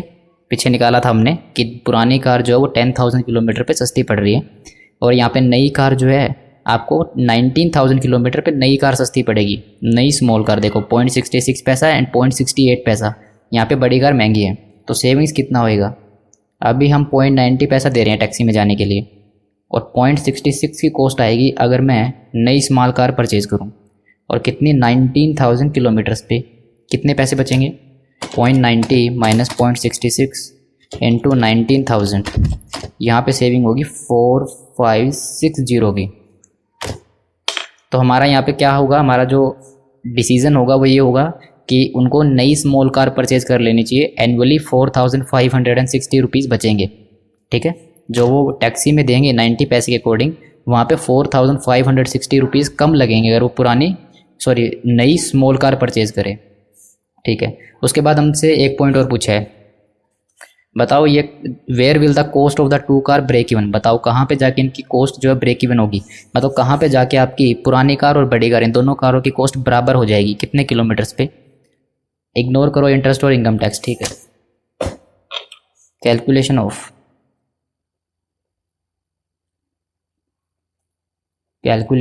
ब्रेक इवन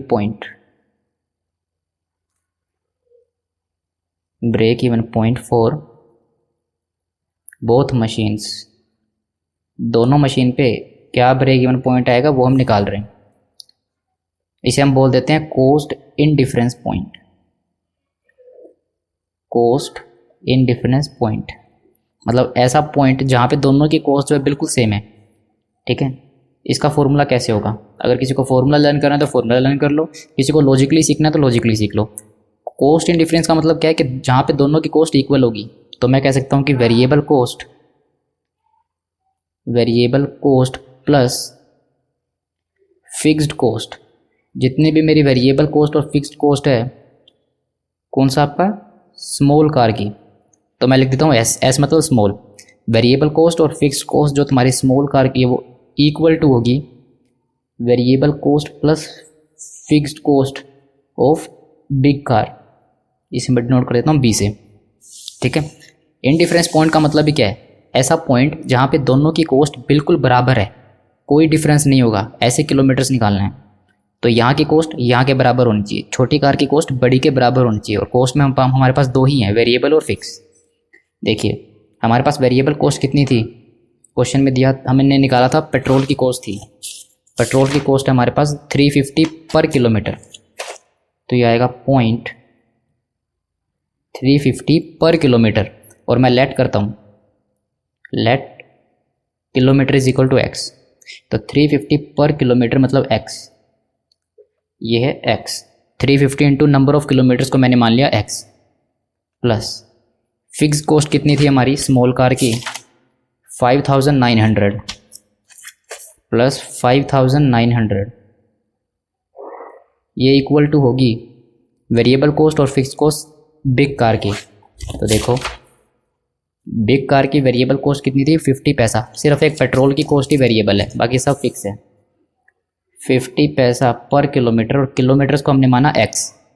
ठीक है, हमें पता नहीं कितने किलोमीटर्स हैं, प्लस फिक्स कॉस्ट, हमारे पास फिक्स्ड कॉस्ट कितनी दी हुई यहाँ पे 3500 की, प्लस 3500। बस अब इसे सोल्व कर लेंगे, एक्स आ जाएगा तो हमें पता चल जाएगा नंबर ऑफ किलोमीटर्स।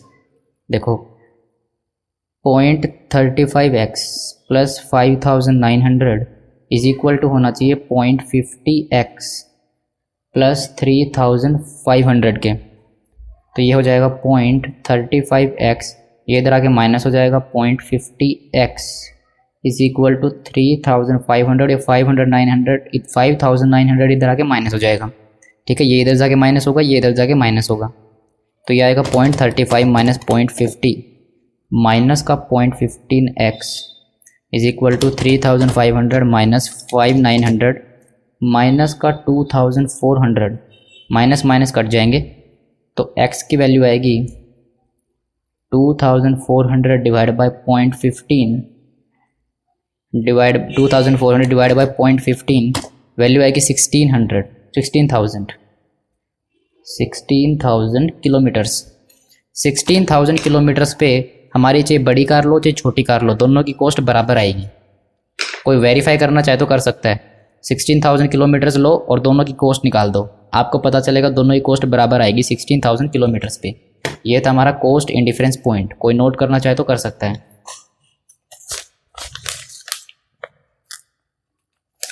आंसर देखिए, 10,000 किलोमीटर्स पे ओल्ड बिग कार, देखिए 10,000 किलोमीटर्स पे ओल्ड बिग कार जो है वो चीपर है, एंड 19,000 किलोमीटर्स पे न्यू स्मॉल कार जो वो चीपर है।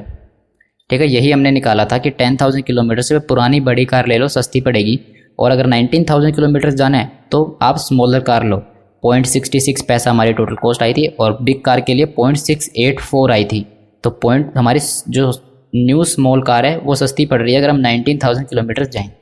और हमारा जो इन डिफरेंस पॉइंट है, कॉस्ट इन डिफरेंस पॉइंट, वो है 16,000 किलोमीटर्स पे। ठीक है, चलो हम पढ़ते हैं अब हमारा नेक्स्ट इलस्ट्रेशन नंबर 4। ये इस वीडियो का लास्ट इलस्ट्रेशन है। हम हमारी वीडियो में हर वीडियो में 4-4 इलस्ट्रेशन या फिर 3 इलस्ट्रेशन से लेकर 5 इलस्ट्रेशन के बीच में कवर करने की कोशिश करेंगे हर वीडियो में। मेरे को ठीक है सारे स्टडी मटेरियल के जितने भी प्रैक्टिकल क्वेश्चन है वो जल्दी से जल्दी कवर करा के और आपको टैक्सेशन का जो है स्टार्ट करवाना है। ठीक है, देखिए पढ़िए, क्वेश्चन सिर्फ दिखने में बड़े लगते हैं लेकिन होते नहीं हैं। अगर आप लॉजिकली सॉल्व करेंगे क्वेश्चन को तो आपको कोई भी प्रॉब्लम नहीं होगी। अगर आपने रट रखा है तो आपको प्रॉब्लम हो सकती है, पर अगर सारा कुछ आपने लॉजिकली समझ रखा है कहाँ से क्या करना है तो आप आराम से सॉल्व कर सकते हो। देखो अब, study horse limited a cycle manufacturing company है, has drawn up a programme for the manufacture of a new product. नया प्रोडक्ट बनाने की सोच रहे हैं। For the purpose of fuller utilisation of capacity, मतलब कह रहा है कि हमारी कुछ कैपेसिटी अभी बची होगी, उस कैपेसिटी को फुलर यूटिलाइज करने के लिए हम एक नया प्रोडक्ट लॉन्च कर रहे हैं। The scheme envisages the manufacture of baby tricycle. हम कहते हैं कि हम एक बेबी ट्राईसाइकिल बनाएंगे फिटेड विद अ बेल, जिसके अंदर हम एक बेल भी लगा के देंगे। वो नहीं होता वो हैंडल के ऊपर वो लगा देते वो बेल, ठीक है। वो कह रहा है कि साइकिल हम बनाएंगे और उसके ऊपर एक बेल भी लगाएंगे। The company estimate the sale of tricycle at 10,000। Company अंदाजा लगा रही है 10,000 ट्राईसाइकिल बिक जाएंगी ड्यूरिंग द फर्स्ट ईयर में, and expect that from the second year के लिए onward the sale estimate will be stabilise at 20,000 tricycles. ठीक है, पहले साल 10,000 साइकिल बिकेंगी, सेकंड ईयर एंड उसके बाद से 20,000 साइकिल बिकनी स्टार्ट हो जाएगी, और वो भी स्टेबिलिटी के साथ। मतलब हमें लगेगा कि 20,000 अब फिक्स है कि 20,000 तो बिकेगी ही बिकेगी, उसमें स्टेबिलिटी आ जाएगी सेकंड ईयर से, और फर्स्ट ईयर में 10,000 तक बिक सकती है। Since the company has no provision for the manufacture of small bells, company के पास कोई प्रोविजन नहीं है, मतलब कंपनी ने इस बारे में नहीं सोचा कि हम जो है ये बेल्स कैसे बनाएंगे, मतलब जो हैंडल के ऊपर जो बेल लगी होती है ना वैसे बजाते हैं जिसको, वो कैसे बनाएंगे। कंपनी ने सोचा तो है कि बेल्स तो हम फिट करके देंगे, fitted with a bell, bell तो फिट करके देंगे, लेकिन कंपनी के पास उसके बनाने का कोई प्रोविजन नहीं है। It is initially propose to be meet by way of purchase from the market. Company सोच रही है कि जो बेल है वो मार्केट से खरीद के ले आते हैं, वो पड़ेगी 8 रुपये ईच, मतलब एक बेल की कॉस्ट 8 रुपीज़ पड़ेगी। However if the company desire to manufacture the bell, अगर कंपनी सोचे कि हम इसको मैन्युफैक्चर कर लें, इस बेल को 8 रुपये मार्केट से लाने के बजाय खुद ही मैन्युफैक्चर करें। ये क्वेश्चन वैसा नहीं लग रहा आपको मेक और बाय डिसीजन का था। चलो देखते हैं। Manufacture the bell in this factory by installation of new equipment. Company कह रही है कि इस बेल को बाहर से खरीदने के बजाय हम अपनी फैक्ट्री में ही एक इक्विपमेंट इंस्टॉल करेंगे इसको मैन्युफैक्चर करने के लिए। इट हैज़ 2 अल्टरनेटिव प्रपोजल, हमारे पास 2 प्रपोजल हैं। Installation of super X machine, हमारे पास एक सुपर एक्स मशीन है, या तो इसको इंस्टॉल कर लें, या फिर इंस्टॉलेशन ऑफ जनता मशीन, या इस मशीन को इंस्टॉल। मतलब हमारे पास भी अब 2 मशीन्स हैं, हमारी नज़रों के सामने 2 मशीन्स आई हैं उस बेल को बनाने के लिए, इन दोनों में से कोई एक मशीन चूज़ करनी है। Initial cost of machine 3 lakh और 2 लाख, मतलब इसके ऊपर 3 लाख खर्चा करना पड़ेगा नई मशीन को लेने के लिए, और इस पर 2 लाख का खर्चा करना पड़ेगा बिजनेस में लाने के लिए। लाइफ, ये 10 साल चलेगी, ये भी 10 साल चलेगी। Fixed overhead other than depreciation on machine per annum, जो फिक्स ओवरहेड है डेप्रिसिएशन को छोड़ के वो ये है, और ये इस मशीन की वजह से लग रहा है। देखो हमारे पास 2 फिक्स्ड ओवरहेड है। अब मेरी बात ध्यान से सुनना, इंपॉर्टेंट पॉइंट है।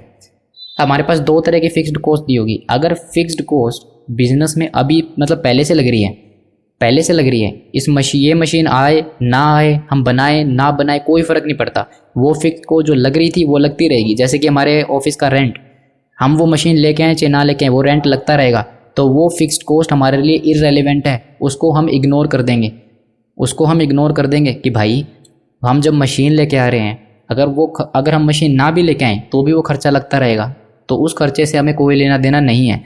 ऐसा खर्चा बताओ जो इस मशीन की वजह से लग रहा है, उसको हम जो है कंसिडरेशन में लेंगे। अगर कोई खर्चा इन मशीन के आने जाने से अफेक्ट नहीं होता, ठीक है, मशीन आए बिजनेस में, मशीन जाए, कोई फ़र्क नहीं पड़ा, वो लगता है तो लगता ही रहेगा, तो उसे हम कंसिडर नहीं करेंगे, क्योंकि वो खर्चा मशीन की वजह से नहीं लग रहा, वो खर्चा मशीन का नहीं है। लेकिन क्वेश्चन में क्या है कि जो ये फिक्स्ड ओवरहेड है, जनरली हम फिक्स्ड कॉस्ट को कंसीडर नहीं करते डिसीजन मेकिंग में, फिक्स्ड कॉस्ट को कंसीडर नहीं करते जब हमें कोई मशीन इंस्टॉल करनी होती है। हम जब ये सोचते हैं कि हम इसको बनाएं या फिर बाहर से खरीद लाएं, मेक और बाय डिसीजन में फिक्स्ड कॉस्ट को हम कंसीडर नहीं करते। पर लेकिन अगर फिक्स्ड कॉस्ट उस मशीन से जो हम लाने वाले हैं, अगर उससे डायरेक्टली रिलेट करती है तो उसको कंसीडर करेंगे, तो हम कहेंगे कि ये कॉस्ट बिजनेस की नहीं, ये उस मशीन की वजह से लग रही है। लेकिन फिक्स कॉस्ट ऐसी जो उस मशीन की वजह से नहीं लग रही, उस मशीन को आए बिजनेस में, मशीन बिजनेस से चली जाए, बिजनेस को कोई फ़र्क नहीं पड़ता, जो खर्चा लगता है वो लगता रहेगा, ठीक है, वो खर्चा यहाँ पे कंसीडर हम नहीं करेंगे। उसे हम जनरली कहते हैं एलोकेटेड खर्चा, एलोकेटेड फिक्स्ड कॉस्ट, ठीक है, जो कि हम कहीं और से उठा के यहाँ लगा देते हैं मशीन्स के ऊपर, ठीक है। और अगर ये मशीन बिजनेस में चली गई तो यहाँ को अभी जो मशीन पे जो खर्चा हमने एलोकेट किया है, इसको कहीं और एलोकेट कर देंगे, तो इसका मतलब मशीन की वजह से खर्चा नहीं लग रहा, ये बिजनेस का खर्चा, और ये इधर उधर घुमा रहे हैं उस खर्चे को। देखिए अब ये कह रहा है कि फिक्स्ड कॉस्ट डेप्रिसिएशन को छोड़ के जो है पर एनम ये लगने वाला, और ये मशीन से रिलेट करता है, ठीक है, ये मशीन से रिलेट करता है, ये खर्चा मशीन का खर्चा है, इसका मतलब इसको कंसिडरेशन में लेंगे हम। वेरिएबल एक्सपेंसेस पर बेल, मतलब बेल को बनाने के लिए वेरिएबल खर्चा 4 रुपये पर यूनिट लगेगा और 5 रुपये पर यूनिट लगेगा। इस मशीन पे अगर हम बेल बनाएंगे तो वो 4 रुपये लेगी वेरिएबल कॉस्ट के, और इस मशीन पे अगर हम बेल बनाएं तो 5 रुपये लेगी। Depreciation on machine should B charge on straight line basis, depreciation charge करेंगे SLM बेसिस पे। ओके, अब रिक्वायर क्या, क्वेश्चन मांग क्या रहा है, क्वेश्चन तो हमें समझ में आ गया। For each of the 2 level of output namely 10,000 unit and 20,000 bell. अच्छा, ये कह रहा है कि आप 10,000 बेल्स के ऊपर और 20,000 बेल्स के ऊपर state with suitable working whether the company should purchase the bell from market और install new equipment for manufacture of bell. Company के आपसे पूछा गया है अगर हम 10,000 यूनिट बनाएं या हम 20,000 यूनिट बनाएं, मतलब दोनों के लिए अलग अलग कैलकुलेट होगा। कह रहा है कि अगर हम 10,000 यूनिट बनाएं तो बताओ हम खुद मैन्युफैक्चर करें या बाहर से खरीद के लाएं, जो अभी 8 रुपये पे खरीद रहे हैं, जो 8 रुपये पे खरीद रहे हैं। और फिर कह रहा है कि चलो 10,000 के लिए निकाल दो, फिर उसके बाद कह रहा है कि चलो 20,000 के लिए और बताओ, 20,000 यूनिट्स के लिए बताओ कि बाहर से खरीद के लाएं या खुद मैन्युफैक्चर करें। ठीक है, whether the company should purchase the bell और install new equipment for manufacture of the bell if your decision is in favour of the installation. अगर आप कहते हैं कि नहीं मशीन इंस्टॉल करो, which of the 2 machine should be installed, इनमें से कौन सी मशीन इंस्टॉल होनी चाहिए। ठीक है, पहले हम पॉइंट नंबर 1 करेंगे, उसके बाद पॉइंट 2 और पॉइंट 3 बाद में देखेंगे। ठीक है, देखो क्वेश्चन कह रहा है आपको बस ये बताना है बाहर से लाने, ये सारी बातें फालतू की हैं, ये इतना बड़ा कुछ भी नहीं है इसमें, बस इतना देख लो 8 रुपये बाहर से लाने का खर्चा, और इनके ऊपर अगर मैन्युफैक्चरिंग करें तो खर्चा कितना आएगा बस। इलस्ट्रेशन नंबर 4, इलस्ट्रेशन नंबर 4 में point number A, calculation of manufacturing cost of bells on each machine. आप देखेंगे कि हमें हर मशीन की, इन दोनों मशीन में से किस मशीन पे कितना खर्चा आ रहा है, तो ये हमारा होगा पर्टिकुलर्स। देन हमारे पास 2 मशीन दी है, कौन सी दी है, सुपर एक्स मशीन, एक तो हमें दी है सुपर एक्स और एक हमें दी है जनता मशीन, जनता मशीन। अब देखिए, देखते हैं इस मशीन पे फिक्स कॉस्ट कितने लगेंगे। पहले देखते हैं कि इस मशीन पे फिक्स कॉस्ट कितने लगने वाले हैं। क्वेश्चन में दिया है इसके ऊपर लगेंगे फिक्स्ड ओवरहेड्स, इस मशीन को चलाने के लिए फिक्स्ड ओवरहेड लगेंगे। देखो ये मशीन का खर्चा है, ये बिजनेस का अदर खर्चा नहीं है कि कहीं रेंट पे कर रहे हैं, कहीं कुछ और पे कर रहे हैं, वो यहाँ पे एलोकेट कर दिया, वो खर्चा नहीं है ये खर्चा इस मशीन की वजह से लग रहा है। अगर ये मशीन बिजनेस में आएंगी तो ये खर्चा लगेगा, अगर ये मशीन बिजनेस में नहीं आएंगी तो ये खर्चा नहीं लगेगा। तो इसका मतलब ये खर्चा मशीन की वजह से लग रहा है, तो मशीन के ऊपर आएगा। और जनरली याद रखना, मेक और बाय डिसीजन जब भी आप कैलकुलेट करते हो, क्वेश्चन दिया होता है मेक और बाय डिसीजन, इसे मैन्युफैक्चर करें या बाहर से खरीदें, फिक्स्ड कॉस्ट उसमें कंसीडर नहीं करते, उसमें सिर्फ और सिर्फ वेरिएबल कॉस्ट लेके चलते हैं। ठीक है, फिक्स्ड कॉस्ट उसमें लेके नहीं चलते। पर लेकिन अगर क्वेश्चन में ये दिया कि जो फिक्स्ड कॉस्ट है वो सिर्फ मशीन की वजह से लग रहा है, इस मशीन को बिजनेस में लेके आएंगे तो खर्चा लगेगा, नहीं लेके आएंगे तो ये खर्चा नहीं लगेगा, तो ये मशीन का खर्चा है, इसको कंसीडर करेंगे। तो कितना दिया हुआ है फिक्स कॉस्ट, ये फिक्स कॉस्ट इस मशीन की वजह से लग रहा है 54 and 28, 54,000 and 28,000। ठीक है, मैं पहले खुद क्वेश्चन को 10 बार सोल्व करने की कोशिश करता हूँ, उस पर अलग अलग तरीके से उसको ट्राई करता हूँ कि ऐसा क्यों और ऐसा क्यों। जब मैं फाइनल कंक्लूजन पे पहुँचता हूँ तभी मैं आपके लिए वीडियो बना के आपको जो है समझा रहा हूँ इधर। ठीक है, तो जो मैं कह रहा हूँ वो ऐसा मत समझना कि कुछ भी कह रहा हूँ, मैं अपने एक्सपेरिमेंट जितने भी मैं क्वेश्चन पे करता हूँ उसके अकॉर्डिंग मैं आपको बता रहा हूँ। ठीक है, फिक्स्ड ओवरहेड हमारे पास ये दिए हुए हैं। उसके बाद हमारे पास फिक्स्ड में क्या आना चाहिए, डेप्रीशिएशन। डेप्रीशिएशन कितना आएगा, देखो क्वेश्चन में दिया है कि मशीन जो है वो 3 लाख रुपए की है, सैलवेज वैल्यू दी है इसकी, कहीं भी ये नहीं बताया कि ये मशीन इतने की बिक जाएगी, तो हम कहेंगे कुछ भी नहीं बिके, मतलब बिकने पे कुछ नहीं मिलेगा। क्वेश्चन में अगर ये दिया ना हो ना कि कितने पे मशीन बिक जाएगी, तो आप मान के चलो 0 वैल्यू पे बिकेगी, या फिर हम बेचेंगे नहीं, मान के चलो 3 लाख की मशीन है, 10 साल चलेगी, तो हर साल 30,000 रुपये का खर्चा डेप्रीशिएशन का। और उधर देखें हम जनता मशीन पे, जनता जनार्दन की मशीन अगर हम देखें, अगर हम जनता जनार्दन की मशीन देखें, जनता मशीन है पर जनता जनार्दन ये है, मैंने इसको नाम दिया 2 लाख डिवाइड बाय 10, ये आएगा 20,000। 1000 और हमें फिक्स कॉस्ट थी और नहीं, यही थी, तो ये आएगा टोटल फिक्स्ड कॉस्ट। ठीक है, मैं थोड़ा सा है ना जल्दी चल रहा हूँ, आपको लगता है कि मैं क्वेश्चंस में अगर लगता है कि मैं थोड़ा सा फास्ट चल रहा हूँ तो मैं इसीलिए चल रहा हूँ क्योंकि आप इंटर लेवल के बाद आ रहे हो फाइनल में, तो इंटर में ये सब सीख चुके हो आप। 5430, अगर फिर भी किसी को कोई कन्फ्यूज़न है तो आप मेरे को मेल कर सकते हो, कमेंट कर सकते हो, ऐसा मत सोचना कि रिप्लाई नहीं मिलेगा या क्वेश्चन पूछते हुए किसी को शर्म आ रही हो कि ऐसे ऐसे, ऐसा कुछ नहीं है, आप कैसे भी क्वेश्चन पूछ सकते हो, बस स्टडी से रिलेटेड होनी चाहिए। 48,000, ठीक है, ये हमारे पास आ गई फिक्स कॉस्ट। अब मैं डिवाइड करता हूँ इसे नंबर ऑफ बेल्स से, नंबर ऑफ बेल्स। अभी सॉरी मैं यहाँ पे मेंशन करता हूँ calculation of manufacturing cost of bell on each machine for 10,000 bells. ये हम कैलकुलेट कर रहे हैं 10,000 बेल्स के लिए, तो नंबर ऑफ बेल्स आएंगे 10,000। तो मैं कह सकता हूँ ये आएगी आपके पास फिक्स्ड कॉस्ट पर बेल, पर बेल के ऊपर फिक्स कॉस्ट कितनी आएगी, 84,000 डिवाइड बाई 10,000, ये आएगा 8 रुपीज़ 40 पैसा, और ये आएगा आपका 4 रुपीज़ एंड 80 पैसा। अब इसमें ऐड करेंगे वेरिएबल कॉस्ट पर बेल। अब देखते हैं कि वेरिएबल कॉस्ट कितना है पर बेल। ये देखिए वेरिएबल कॉस्ट पर बेल यहाँ पे 4 रुपये और यहाँ पे है आपका 5 रुपये, ठीक है, 4 रुपये और 5 रुपये, तो वेरिएबल कॉस्ट आएगी 4 रुपीज़ और 5 रुपीज़। तो ये कह सकता हूँ कि मैं cost per bell, cost per bell ये आपका आएगा 12 रुपीज़ 40 पैसा, एंड ये आएगा 9 रुपीज़ 80 पैसा।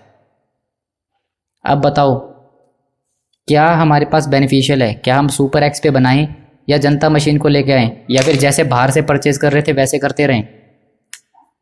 क्वेश्चन देखो, बाहर से खरीद रहे हैं 8 रुपये पे, हमारी कॉस्ट है कि 12 रुपये 40 पैसे और 9 रुपये 80 पैसे। इससे बढ़िया मशीन लाने से अच्छा है कि जैसे बाहर से ले रहे थे लेते रहे, वो सस्ता पड़ेगा। Conclusion,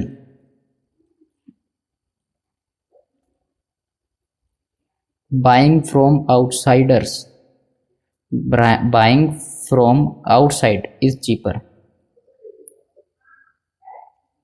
buying from outside, buying from outside is cheaper, buying from outside is cheaper in case of 10,000 bells. 10,000 bells के केस में बाहर से खरीदना चीपर रहेगा। अब हम देखते हैं पॉइंट नंबर ए का ही ये पॉइंट नंबर 1 था। अब हम कैलकुलेट करेंगे calculation of manufacturing cost of bells, manufacturing cost of bell on each machine,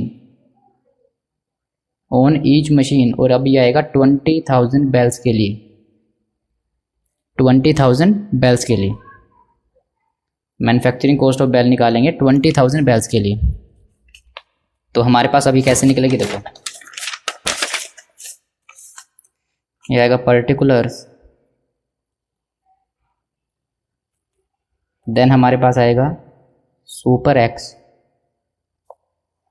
then हमारे पास आएगा यहाँ जनता जनार्दन मशीन, है तो जनता मशीन पर हम बोलते हैं जनता जनार्दन मशीन। अब हम लिखते हैं यहाँ पे fixed cost per annum, fix cost तो सेम ही रहेगी, सुपर एक्स की कितनी थी, फिक्स कॉस्ट तो सेम ही रहने वाली है, 84,000 एंड 48,000, 84,000 एंड 48,000 डिवाइड करेंगे इसे नंबर ऑफ बेल्स से। अब हम मैन्युफैक्चर कर रहे हैं 20,000 बेल्स, तो ये आएगा आपका फिक्स्ड कॉस्ट पर बेल कितना आएगा, 84,000 डिवाइड बाय 20,000, 4.20, देन हमारे पास आएगा 48,000 डिवाइड बाई 20,000, 2 रुपीज़ 40 पैसा। अब हम इसके अंदर ऐड करेंगे वेरिएबल कोस्ट पर बेल। ये हमें क्वेश्चन में ही दिया हुआ था, वेरिएबल कोस्ट पर बेल, यहाँ पे 4 रुपये और यहाँ पे 5 रुपये, तो ये आएगा 4 रुपये और ये आएगा 5 रुपये। तो मैं कह सकता हूँ कि टोटल कोस्ट पर बेल ये आएगा 8 रुपये 20 पैसे और 7 रुपये 40 पैसे। अब बताओ 20,000 बेल अगर हम मैन्युफैक्चरिंग करें तो बताओ कहाँ से लेने में फ़ायदा है। बाहर से खरीदेंगे तो 8 रुपये की पड़ेगी, सुपर एक्स पे बनाएंगे तो 8 रुपये 20 पैसे की पड़ेगी, जनता मशीन पे बनाएंगे तो 7 रुपये 40 पैसे। तो जनता मशीन जो है वो चीपर है। तो conclusion, in case of 20,000 bells Janata machine is cheaper, Janata machine is cheaper.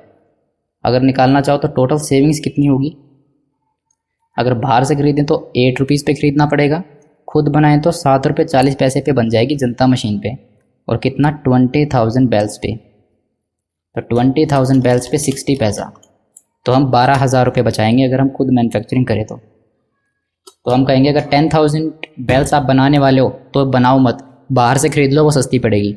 अगर आप 20,000 बेल्स बनाने वाले हो 20,000 बेल्स बनाने वाले हो तो जनता मशीन पे बना लो, सस्ती पड़ेगी, सुपर एक्स महंगी पड़ेगी, ठीक है। और अगर आप जनता मशीन पे बनाओगे तो साल के 12,000 रुपये बचा जाओगे। ये हमारे पास डिसीजन था। ऐसा क्यों हुआ, क्योंकि आपके जो फिक्स्ड कॉस्ट है अब वो ज़्यादा नंबर ऑफ़ यूनिट्स में बढ़ गए। पहले जो फिक्स कॉस्ट थे वो 10,000 पे थे, तो पर यूनिट फिक्स कॉस्ट ज़्यादा आ रही थी। किसी को समझ में आ रहा तो ठीक है, वरना ये इग्नोर कर सकता है जो मैं बोल रहा हूँ। फिक्स कॉस्ट पहले 10,000 यूनिट्स पे बटे हुए थे, अब फिक्स कॉस्ट 20,000 यूनिट्स पे हमने डिवाइड किए, तो फिक्स कॉस्ट पर यूनिट कम हो गई। पहले हमारे पास यूनिट्स कम थी तो कॉस्ट पर यूनिट ज़्यादा आ रही थी, क्योंकि हमारे पास जो कॉस्ट था वो कम यूनिट्स के ऊपर डिवाइड हो रही थी। अब हमारे पास यूनिट्स बढ़ गए तो कॉस्ट जो है ज़्यादा यूनिट्स के ऊपर डिवाइड हुई, तो पर यूनिट कॉस्ट फिक्स्ड वाली कम हो गई, ठीक है। अब पॉइंट नंबर बी देखते हैं क्या बोलते हैं।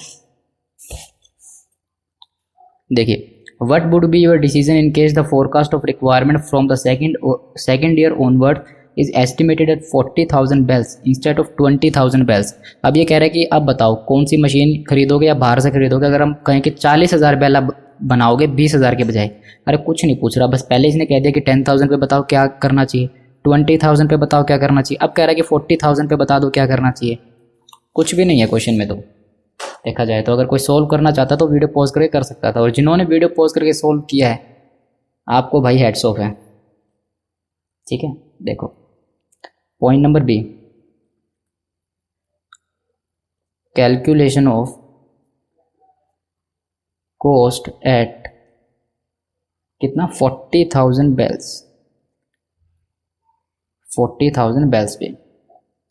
तो मैं कहता हूं कि फिक्स हमारे पास आएगा पर्टिकुलर्स, बिल्कुल जैसे ऊपर निकाला है वैसा निकल जाएगा। अब ये जनता सुपर एक्स मेरे को अब की बार ऐसा लग रहा है कि सुपर एक्स मशीन सस्ती आने वाली है जनता, क्योंकि क्वेश्चन ने एक बार तो हमसे पहले पॉइंट में बाहर वाले से खरीदना सस्ता पड़ेगा वो निकलवा दिया, यहाँ पे निकलवा दिया कि जनता मशीन सस्ती पड़ेगी। अब मुझे लगता है कि सुपर एक्स मशीन सस्ती पड़ेगी, ठीक है। हम देखते हैं फिक्स्ड कॉस्ट, फिक्स कॉस्ट कितनी आएगी 84,000, 48,000 जो ऊपर हमने निकाली हुई है। फिक्स कॉस्ट तो सेम ही रहने वाली है, divide by number of bells, ये हो जाएगा 40,000, ये हो जाएगा 40,000। तो मैं इसे बोल देता हूँ फिक्स्ड कॉस्ट पर बेल, ये आएगा 84,000 डिवाइड बाय 40,000, 2 रुपीज़ 10 पैसा। देन आएगा 48,000 डिवाइड बाय 40,000, 1 रुपये 20 पैसा। देन इसके अंदर हम ऐड करेंगे वेरिएबल कॉस्ट, क्वेश्चन में ही दी हुई है वेरिएबल कॉस्ट। तो ये देखो इसको बनाने में 4 रुपये, इसको 5 रुपये, तो यहाँ पे बनाएंगे तो 4 रुपये और यहाँ से बेल्स बनाएं तो 5 रुपये। तो मैं कह सकता हूँ कि total manufacturing cost per bell 2 rupees 10 पैसा डिवाइड बाई 4, 2 रुपीज़ 10 पैसा divide by 4, oh sorry plus 4, 2 rupees 10 पैसा प्लस 4, 6 रुपीज़ 10 पैसा एंड ये 6 रुपीज़ 20 पैसा। बिल्कुल सही सोचा था मैंने। देखो अब की बार सुपर एक्स मशीन सस्ती आई है। सुपर एक्स मशीन पे बनाने में 6 रुपये 10 पैसा, यहाँ 6 रुपये 20 पैसा। तो सुपर एक्स मशीन सस्ती है और बाहर से खरीदें तो 8 रुपये पड़ेगा। तो सबसे सस्ता यहाँ पे सुपर एक्स पड़ेगा। कंक्लूजन में आएगा इन case of 40,000 units super X machine is cheaper. और मैं कहता हूँ कि टोटल सेविंग्स कितनी होगी हमारे पास। बाहर से खरीदता तो 8 रुपये का पड़ता, खुद बनाऊंगा तो 6 रुपये 10 पैसे पे लगेंगे, 6 रुपये 10 पैसे पे बन जाएगा। और 40,000 बेल्स बनाऊंगा तो कितना हमारा सेविंग होगा। 8 - 6.10 इंटू 40,000 76,000, मतलब 40,000 यूनिट्स अगर मैं हमारी सुपर एक्स मशीन पे बनाऊं तो 76,000 रुपीज़ सेव करूंगा मैं। चलो नेक्स्ट पॉइंट देखते हैं अब क्या कहते हैं। Third, at what volume of bell the installation of 2 machine break even. बताओ कितने बेल्स अगर हम मैन्युफैक्चरिंग करें तो दोनों ही कॉस्ट बराबर आए। वही कॉस्ट इन डिफरेंस पॉइंट जो पीछे निकाला है। वीडियो पॉज करके कम से कम ये निकालो। अगर किसी ने ये नहीं निकाला वीडियो ये वाला तो ये पॉज करके अभी तक किसी ने नहीं निकाला तो निकालो, ठीक है। अगर सिर्फ वीडियो देखते रहोगे और इसे सोल्व नहीं करोगे तो समझ में नहीं आएगा। ऐसे वीडियो पॉज करो, गलत निकलेगा और क्या हो सकता है यार, ज़्यादा से ज़्यादा गलत हो जाएगा। गलतियाँ करके ही तो सीखते हैं, जब तक गलती नहीं करोगे तो सीखोगे कैसे, ठीक है। कोई फ़र्क नहीं पड़ता, पॉज करो और सोल्व करो। चलो मैं मानता हूँ सभी ने पॉज करके सोल्व किया है, तो अब हम इसका निकालते हैं ब्रेक इवन। जब तक आप सोल्व नहीं करेंगे आपको खुद में कॉन्फिडेंस नहीं आएगा करने का। और एग्ज़ाम से पहले आपके पास कॉन्फिडेंस होना चाहिए। आप एग्ज़ाम में बैठे हो, अगर आपको कॉन्फिडेंस नहीं है करने का तो फिर एग्ज़ाम गलत होगा आपका, फिर उसमें जो है आप सॉल्यूशन सही नहीं निकाल के आओगे। और जब आप ये गलतियाँ सभी यहाँ कर चुके होंगे तो कॉन्फिडेंस आ जाएगा आप में। Calculation of break even point, break even point, या फिर मैं कह सकता हूँ इसे इनडिफरेंस पॉइंट, कुछ भी कह सकते हो आप इसे। Indifference point is equal to, indifference point मैं कह सकता हूँ कि fixed cost plus variable cost of super X machine, S X मतलब सुपर एक्स, वो इक्वल टू होनी चाहिए fixed cost plus variable cost of Janata machine. तो बताओ इसकी कितनी थी मेरे पास फिक्स कॉस्ट, हमने निकाली भी थी। इसकी फिक्स कॉस्ट आई थी 84,000 एंड 48,000। यहाँ पे है 84,000 एंड यहाँ पे है 48,000 प्लस वेरिएबल कॉस्ट कितनी थी, यहाँ पे थी 4 रुपीज़ पर बेल और नंबर ऑफ बेल को मैं मानता हूँ एक्स, प्लस यहाँ पे थी 5 रुपीज़ पर बेल, नंबर ऑफ बेल को मैं मानता हूँ एक्स, ठीक है। लिख लेना यहाँ पे let number of bells is equal to x. अब इसको बिल्कुल नॉर्मली सॉल्व हो जाएगा। 84,000 minus 48,000 is equal to 5x minus 4x, ये इधर आके माइनस हो जाएगा तो ये आपके पास आएगा अब 84 minus 48 36,000 is equal to 5 minus 4 हो जाएगा x, तो x की वैल्यू आएगी 36,000 बेल्स। मतलब अगर मैं 36,000 बेल्स बनाऊं तो मेरी कॉस्ट जो है दोनों मशीन पे सेम आएगी।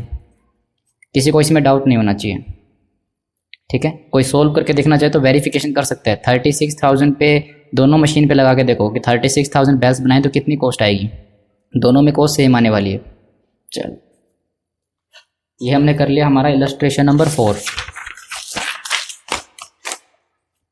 ये देखिए 36,000, अगर 10,000 यूनिट्स आपको चाहिए तो बाहर से खरीदो। 20,000 पे मशीन जनता सस्ती है, 40,000 पे मशीन सुपर एक्स सस्ती है, ठीक है। हमने निकाल के भी बताया कितना कितना सेविंग होगा। उसके बाद हमारे पास जो इनडिफरेंस पॉइंट है वो है 36,000 बेल्स का, ठीक है। बाकी हम करेंगे हमारा नेक्स्ट वीडियो में, ठीक है। तब तक के लिए बाय, और प्लीज़ क्वेश्चन को प्रैक्टिस जरूर कर लेना। जब तक प्रैक्टिस नहीं करोगे आप एग्ज़ाम में परफॉर्म नहीं कर पाओगे, आप जो कॉन्फिडेंट नहीं होगे एग्ज़ाम में, ठीक है। आप थ्योरी को इतना फोकस मत करना, पर लेकिन प्रैक्टिकल को जितना हो सके उतना जो है प्रैक्टिस करना। जितने आपके पास सोर्स है प्रैक्टिस करने के, चाहे आपको दूसरे ऑथर्स की बुक से करना पड़े या किसी से भी करना पड़े, पर प्रैक्टिस करो, ठीक है। प्रैक्टिस नहीं करोगे तो एग्ज़ाम में कॉन्फिडेंट नहीं होगे, ये बात ध्यान रखना, ठीक है। चलो, मैं भी बहुत ज़्यादा सीरियस हो जाता हूँ कभी कभी, पर कोई बात नहीं, ठीक है। चलो बाय, मिलते हैं नेक्स्ट वीडियो में, और प्रैक्टिस कर लेना, ठीक है। जाते जाते भी क्या कहीं जाना है। चलो ठीक है, बाय।